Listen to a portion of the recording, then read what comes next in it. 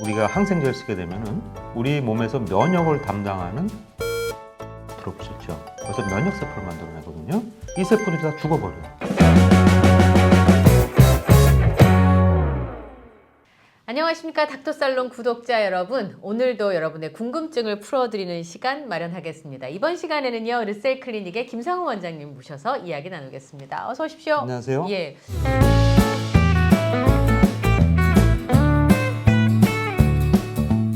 의사 선생님께 네. 건강하게 잘 지내셨어요? 이렇게 여쭤보는 게 약간 이상한 건가요? 의사도 사람인데요. 감기 안 걸리고 잘 지내셨습니까? 감기는 저는 고백하자면은 네, 고백하자면은. 고등학교 졸업할 때 한번 걸려보고 그 이후에 안 걸리다가 요번에 재작년에 한번 코로나 때 예. 한 3, 4일 앓다가 끝났어요.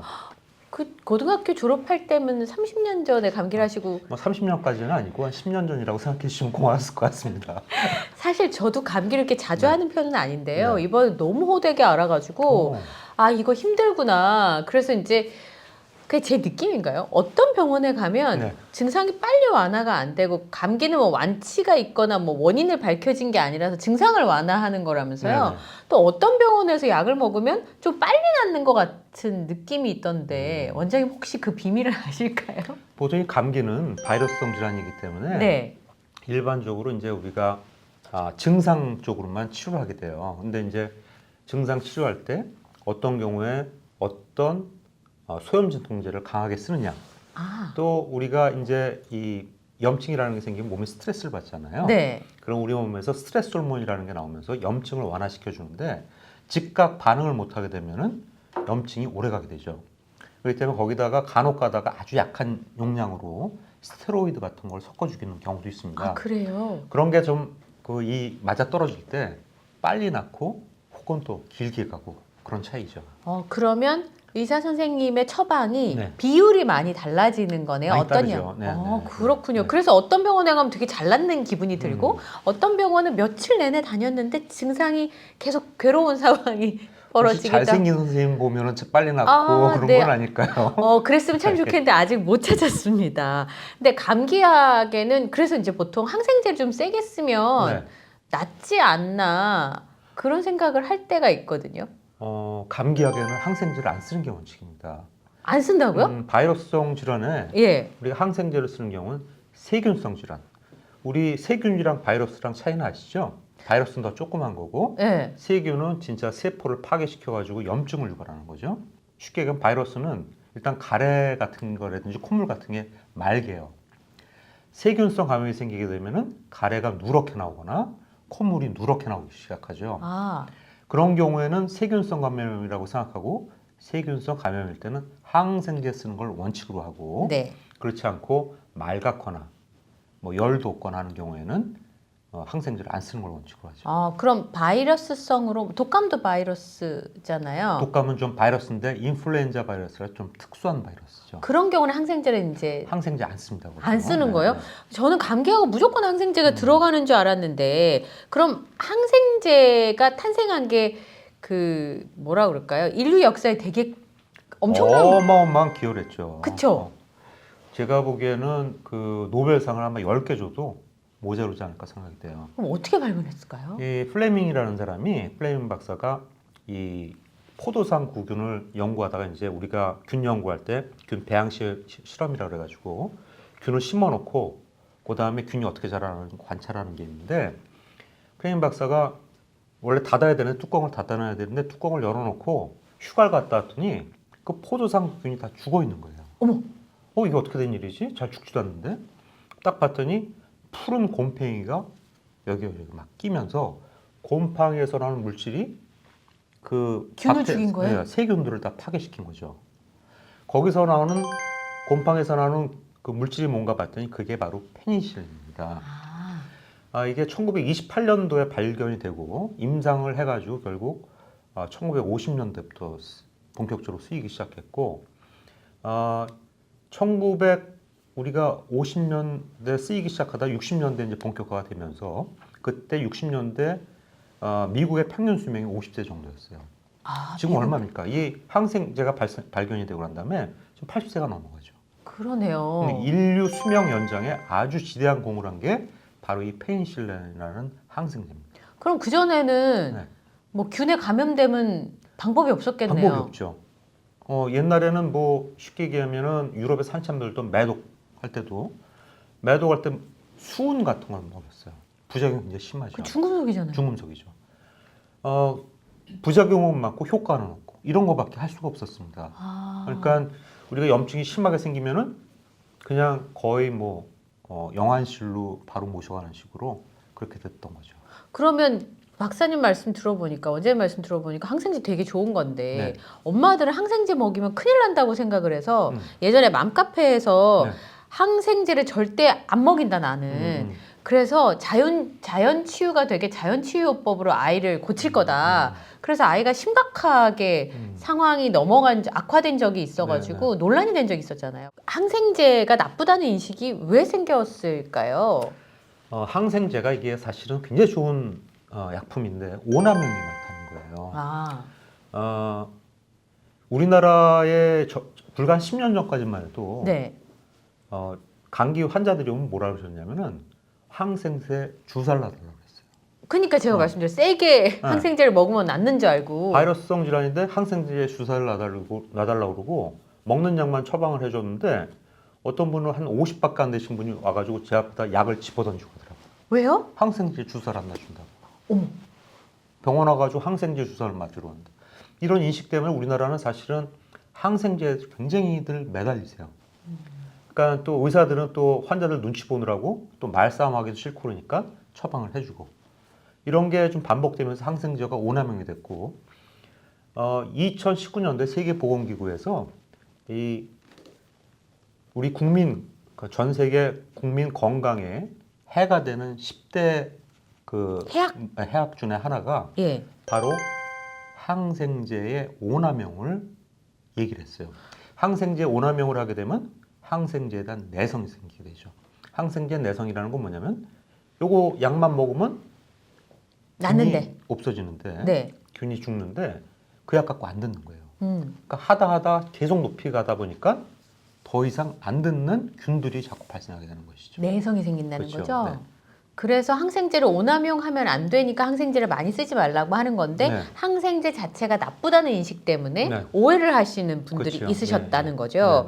네. 근데 이번에 보니까 그 표를 저희가 하나 준비했대 보시면 대부분의 증상에 항생제가 필요 없는 증상들이 많이 있어요. 특히나 이제 감기와 관련된 것 중에 감기는 지금 말씀하신 것처럼 바이러스성 질환이니까 항생제가 필요 없고 그 다음에 이게 그 목 안이 아픈 경우 이것도 바이러스 질환이네요. 이것도 바이러스성으로 봐야죠. 어. 또 목 아픈 경우에 어떤 경우가 있냐면요. 역류성 식도염일 때도 위산이 역류되면서 목이 아픈 경우도 있어요. 그럼 그때는 항생제 먹어봐야 소용이 없는. 더 심해지죠. 아.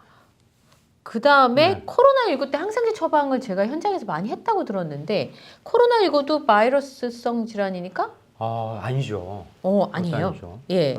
그러니까 그때도 사실 항생제는 먹어도 소용이 없는 상황이었던 네, 거고 네. 인플루엔자, 네. 급성 기관지염, 부비동염, 콧물 날 때. 근데 이거는 바이러스 또는 세균이니까 아까 말씀하신 네. 것처럼 이제 그런 경우는 맑은 콧물이 나는 경우는 항생제가 필요 없는데 네. 아까 말한 것처럼 누런 콧물이 나는 경우는 항생제가 필요하다.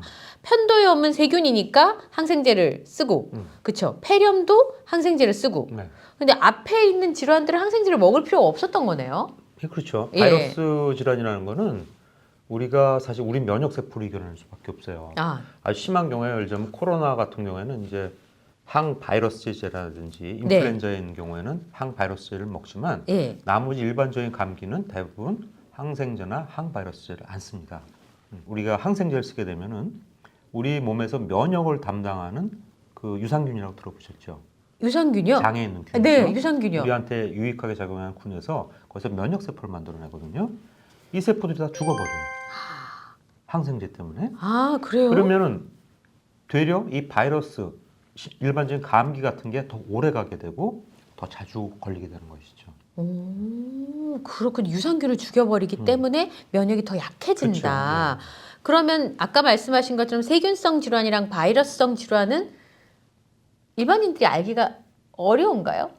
일반인들도 쉽게 알 수 있어요. 느낌에. 뭐냐면 이 바이러스성 질환은 고열이 보통 나는 경우는 드물어요. 인플루엔자나 코로나 이외에는 아주 특이한 경우에는 드물고 고열이 별로 없고 본인만 느끼는 미열 정도.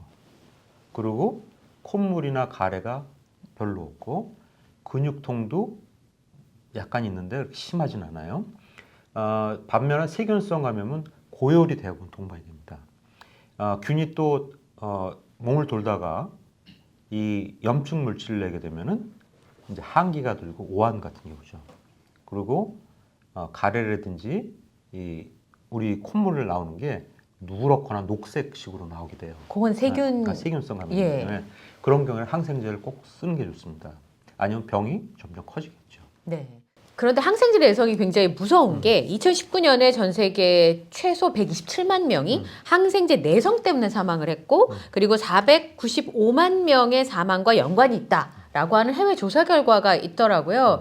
공중보건에 위협이 된다. 맞아요. 예. WHO는 2019년 항생제 내성을 10대 공중보건 위협 중 하나로 선정했습니다. 항생제 내성이 발생하는 주요 원인은 항생제 오남용이에요. 2021년 기준 우리나라가 항생제 사용량이 굉장히 많은데요. 일반적인 우리가 알고 있는 OECD 기준으로 해가지고 우리가 평균보다 1.2배를 더 많이 쓴다고 알려져 있어요. 왜 그렇게 처방이 많을까요? 글쎄 말입니다. 예. 이 의료기관에서 처방되는 항생제 중 30% 가까이가 부적절한 처방인 걸로 알려져 있습니다.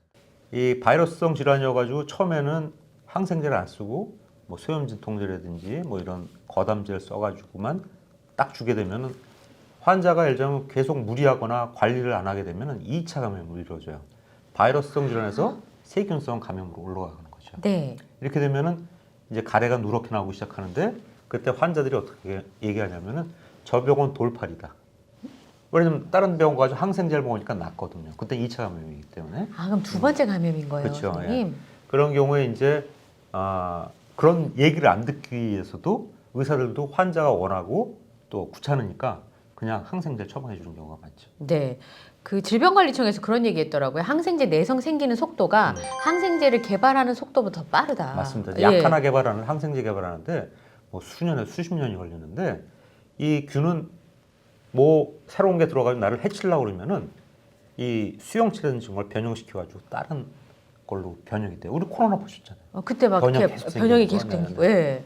그렇기 때문에 항생제 내성이 생기면 정말 심각한 상황이 올 수 있는 거잖아요. 그렇죠. 정말 중요한 질환에 그걸 치료를 해야 되는데 항생제가 안 들으면 방법이 없어지는. 그렇죠. 예. 우리 슈퍼 그 감염이라고 박테리아 감염이라고 한번 들어보셨을 거예요. 네. 병원 내 감염인데 지금 나오고 있는 뭐 우리가 일반적으로 하는 세파라는 약이 굉장히 강한 약인데 네. 그게 듣질 않아가지고 뭐 1세대, 2세대, 3세대까지 나와 있는데 전혀 듣질 않아요.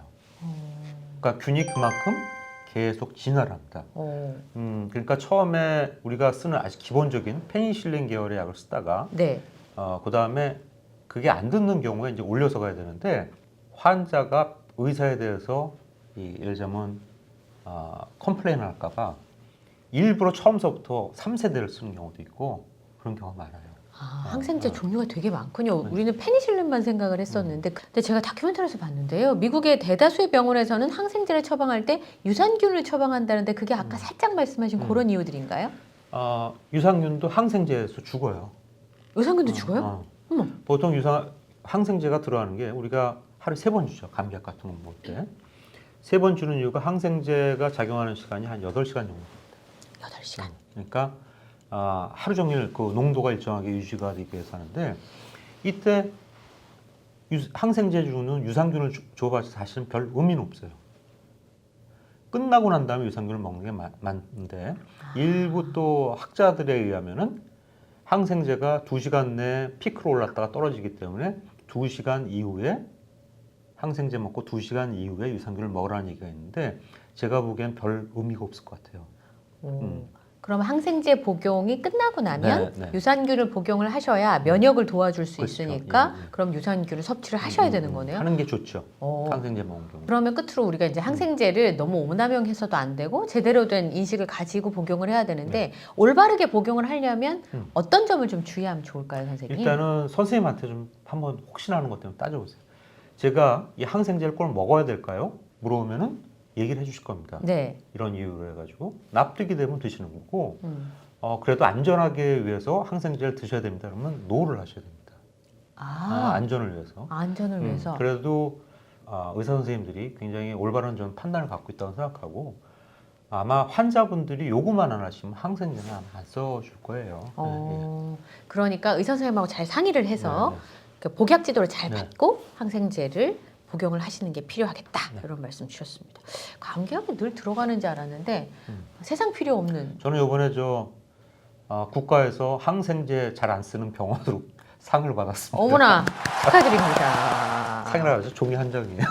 그래도요 국가에서 항생제를 처방을 많이 하지 않는 네. 네, 그런 병원으로 선정되셨다니까 김상훈 원장님 축하를 드리고요. 제 앞에서는 싫어하죠. 오늘 말씀은 또 여기까지 듣도록 하겠습니다. 저희는 다음 시간에 또 김상훈 원장님과 함께하겠습니다. 고맙습니다. 네, 수고했습니다.